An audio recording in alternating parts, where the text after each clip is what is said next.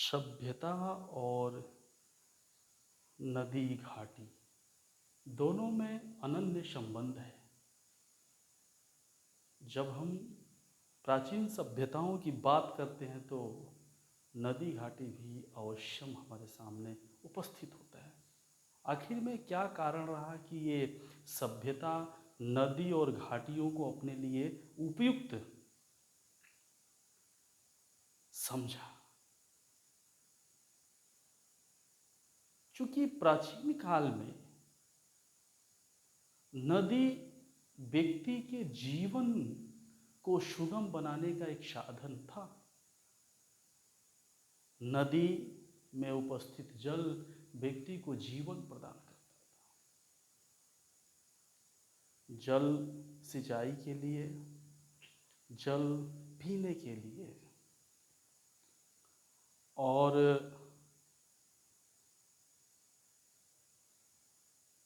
नदी को यातायात के प्रमुख साधनों में भी इस्तेमाल किया गया। एक स्थान से दूसरे स्थान पर नदी के माध्यम से हम यात्रा करते थे, व्यापार करते थे। नदी घाटी में वृक्षों की उपस्थिति, जंगलों की उपस्थिति, जिससे लकड़ियां और फल प्राप्त होते थे। पशुपालन के लिए उन्नत दशा, कृषि के लिए उन्नत दशा, अर्थात कृषि और पशुपालन में प्राप्त उन्नत दशा जीवन के लिए उपयोगी था। इसलिए सभ्यता नदी घाटियों से ही प्रारंभ हुई। चूंकि समकालीन सभ्यता की बात करते हैं तो हम इसमें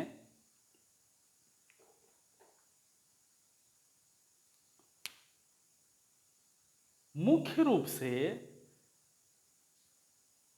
परीक्षा की भी दृष्टि से और भारतीय प्राचीन इतिहास की दृष्टि से हम सिंधु घाटी सभ्यता से ही तथ्यों को लेने का प्रयास करेंगे, एक समझ विकसित करेंगे और कुछ तथ्य होंगे जो प्रश्न के रूप में होंगे। चूंकि सिंधु नदी यहाँ से निकलती हुई और पाकिस्तान क्षेत्र से अरब सागर में गिरती है ये, और इनके आसपास घाटियों में एक सभ्यता विकसित हुई जिसे सिंधु घाटी सभ्यता कहा गया। और ये केवल सिंधु नदी के ही किनारे तट पे नहीं थे, अपितु इनसे संबंधित जो भी नदियां थीं तो सभ्यता वहां तक पहुंची जहां तक नदी थी। नदी एक मार्ग बना सभ्यता को विकसित करने के लिए। इस तरह से सिंधु घाटी सभ्यता विश्व की सबसे बड़ी सभ्यता भौगोलिक दृष्टि से। इस मानचित्र के माध्यम से देखेंगे कि ये जम्मू कश्मीर, यहां से लेकर के उत्तर से लेकर के दक्षिण में महाराष्ट्र, पूरब में मेरठ से लेकर के पश्चिम में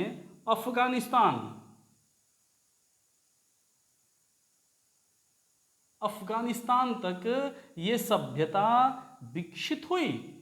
इसलिए सिंधु घाटी सभ्यता को त्रिकोणीय सभ्यता भी कहा जाता है। इस तरह से ये सभ्यता विकसित हो रही है, सिंधु घाटी सभ्यता। इसके पश्चिम में चूंकि यहाँ पे मेसोपोटामिया की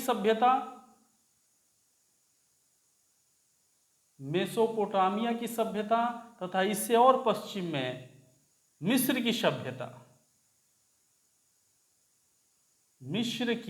सभ्यता, जो कि नील नदी में दजला, फरात नदी और यहाँ पे सिंधु नदी, सरस्वती नदी, चिनाव में, आलमगीरपुर, मेरठ में यहाँ पे हिंडन नदी, तो गोदावरी नदी, इन नदियों के किनारे सभ्यता विकसित हुई। इसलिए इसे नदी घाटी सभ्यता हम कहते हैं।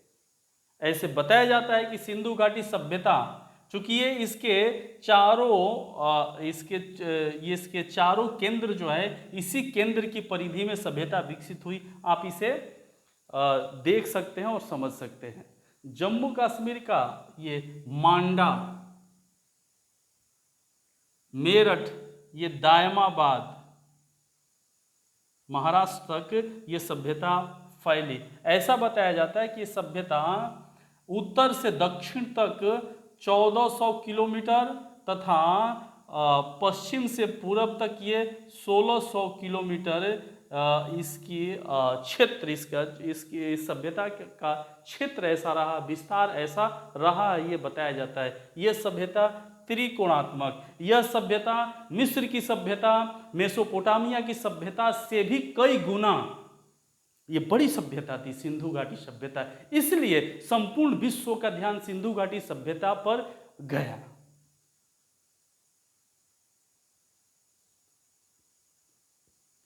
आइए हम अब ये समझने का प्रयास करेंगे कि सिंधु घाटी सभ्यता पढ़ने का मायने क्या है, इसका मतलब क्या है और इसका तात्पर्य निहितार्थ क्या है, चाहे परीक्षा की दृष्टि से हो या इतिहास की दृष्टि से।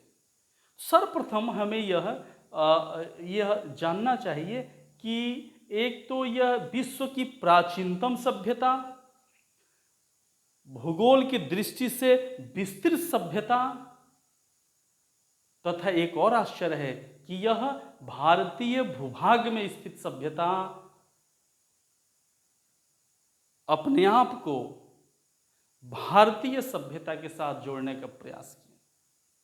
चूंकि सिंधु घाटी सभ्यता खोज से पहले इतिहास में भारतीय इतिहास को बहुत विशेष दर्जा प्राप्त नहीं था। पाश्चात्य के कुछ विद्वान सभ्यता को पाश्चात्य का पर्यायवाची मानते थे कि सभ्यता अगर विकसित है तो पाश्चात्य में है। लेकिन जब सिंधु घाटी सभ्यता की खोज हुई तो उनके भ्रम दूर हुए कि इतनी बड़ी सभ्यता जिसमें नगरीकरण है, जिसमें व्यक्ति आधुनिक ज्ञान विज्ञान के साथ अपने जीवन को स्थापित किया, जिसमें व्यापार को मुख्य केंद्र बनाया गया, जिसमें नगरीकरण को आधार बनाया गया, जिसमें जीवन संचालन के लिए संपूर्ण नगरीय व्यवस्था को धारण किया गया, चाहे वह सड़क हो या जल व्यवस्था हो, जल संचय की व्यवस्था हो, स्नानागार हो, अन्नागार हो, संपूर्ण आधुनिक सुख सुविधाओं के साथ हड़प्पा सभ्यता अपने आप में पूर्ण थी। और ये सिंधु भारत की सभ्यता थी। ये भी एक आश्चर्य का विषय है। चूंकि पाश्चात्य के विद्वान यह प्रयास कर रहे थे कि भारतीय सभ्यता का अस्तित्व बहुत प्राचीन और सर्वांगीण नहीं है, भारतीय सभ्यता एकांगी है।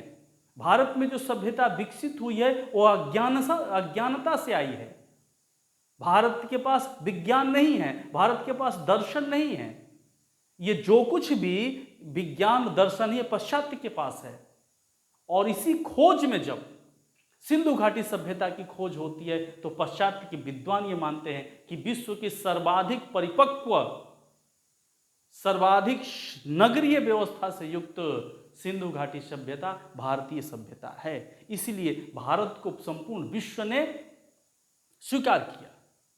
एक और कारण था कि सिंधु घाटी से जिस समय भारत पर ब्रिटिश हुकूमत के समय भारत के तरफ संपूर्ण विश्व का ध्यान भी केंद्रित हुआ, क्योंकि भारत जब गुलामी स्थिति में भारत था तो भारत की अपनी संस्कृति या अपनी सभ्यता के उत्तरोत्तर विकास क्रम को या परिमार्जित स्वरूप को बताने और सुनने के लिए कोई स्थल या कोई प्लेटफॉर्म नहीं था।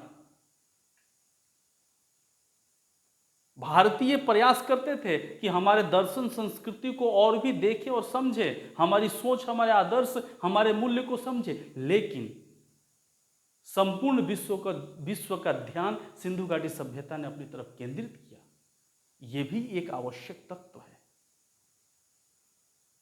इस तरह से सिंधु घाटी सभ्यता न केवल एक सभ्यता अपितु श्रेष्ठ भारत की पहचान, भारत की भारतीय पहचान तथा भारत को विश्व में स्थापित करने का एक परम वैभव विशेषता के रूप में सिंधु घाटी सभ्यता को हम पढ़ते हैं।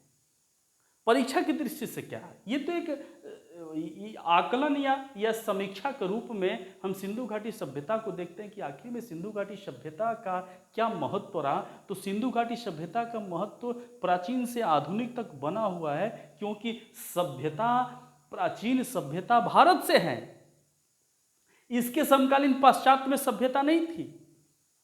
पश्चात के लोग तो जंगली जीवन जी रहे थे, तब तक यहाँ पे सिंधु घाटी सभ्यता थी। तो पश्चात्य को तो एक दर्शन मिला, आईना मिला कि जिस ज्ञान के बल पर आप दुनिया में सबसे सभ्य होने का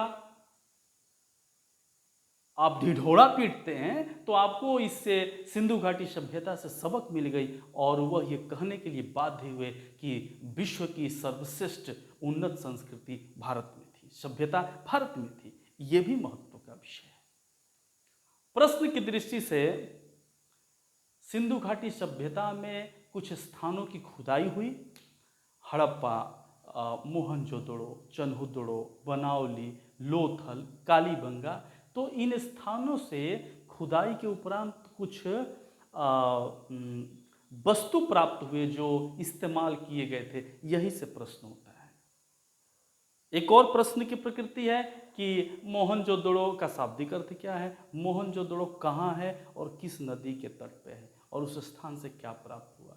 मोहनजोदड़ो की विशेषता, नगरीय विशेषता क्या थी। ठीक उसी तरह से हड़प्पा, बनावली, धौलावीरा, लोथल, कालीबंगा इत्यादि और भी कुछ स्थान है जिन स्थानों के बारे में 2-2, 3-3, 4-4 फैक्ट्स हैं। उन्हीं फैक्ट्स, तथ्यों को पढ़ेंगे, फिर सिंधु घाटी सभ्यता सुनो। मुख्य रूप से हमें जानना चाहिए कि स्थानों के संदर्भ में हमें जानकारी चाहिए। कहाँ तक है ये? मेरठ के आसपास, महाराष्ट्र के आसपास, जम्मू कश्मीर के आसपास, पाकिस्तान में और भारत में कौन कौन से स्थान हैं और किन नदी के तट पे है। यही विशेष रूप से सिंधु घाटी सभ्यता पढ़ने की और समझने की क्षेत्र है, विषय वस्तु है। मैं आचार्य प्रदीप और सिंधु घाटी सभ्यता का प्रथम परिचय, इसके बाद हम उन स्थानों को एक एक क्रम में लिखेंगे और वहाँ से जो तथ्य प्राप्त हो रहे हैं उन तथ्यों के साथ हम आपके साथ फिर से उपस्थित हो रहे हैं। जय हिंद, वंदे मातरम।